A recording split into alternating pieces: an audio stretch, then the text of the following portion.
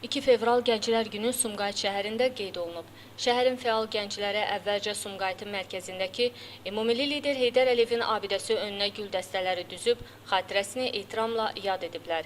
Tədbirdə əvvəlcə 2 fevral Gənclər Günündən bəhs edən film təqdim edilib. Sumqayıt şəhər İcra Hakimiyyəti başçısı Zakir Fərəcov 2 fevral Gənclər Günü münasibəti ilə hər kəsi təbrik etdi.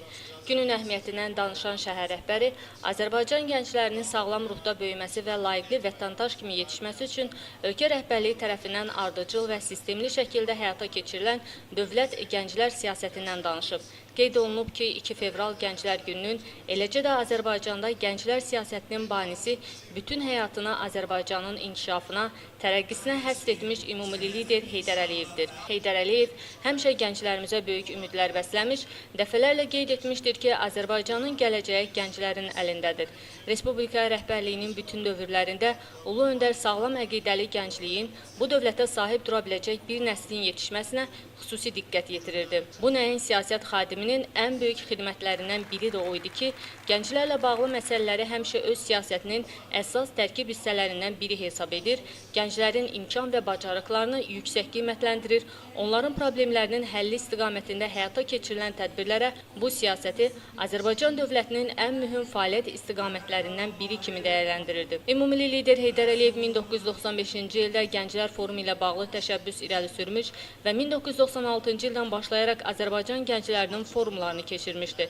1996-cı il fevralın 2-sində keçirilən birinci forumda Ulu Öndər Heydər Əliyev gənclər qarşısında tarixi bir vəzifə qoydu. Hər bir Azərbaycan gənci hər şeydən çox, hər şeydən artıq müstəqil Azərbaycanın bugünü, gələcəyi haqqında düşünməlidir. Bu forum Azərbaycanda gənclər hərəkatının vüsət almasına təkan verdi.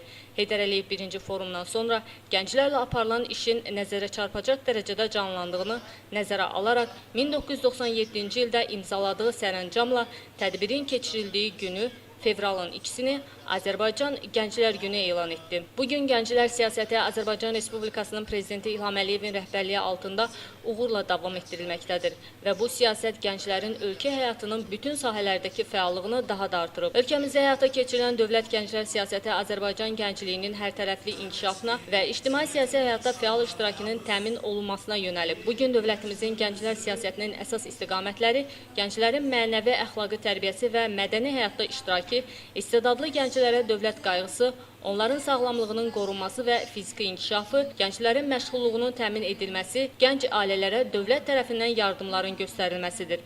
Gənclər çıxışlarında ümumilli lider Heydər Əliyevin dövlətçilik ideyalarını uğurla həyata keçirən Prezident İlham Əliyevin ardıcıl səyləri nəticəsində Azərbaycanın dünyanın qabaqcıl və sürətlə inkişaf edən ölkələrindən birinə çevrildiyini, göstərilən hərtərəfli diqqət və qayğının onlarda böyük ruh yüksəkliyi yaratdığını qeyd ediblər.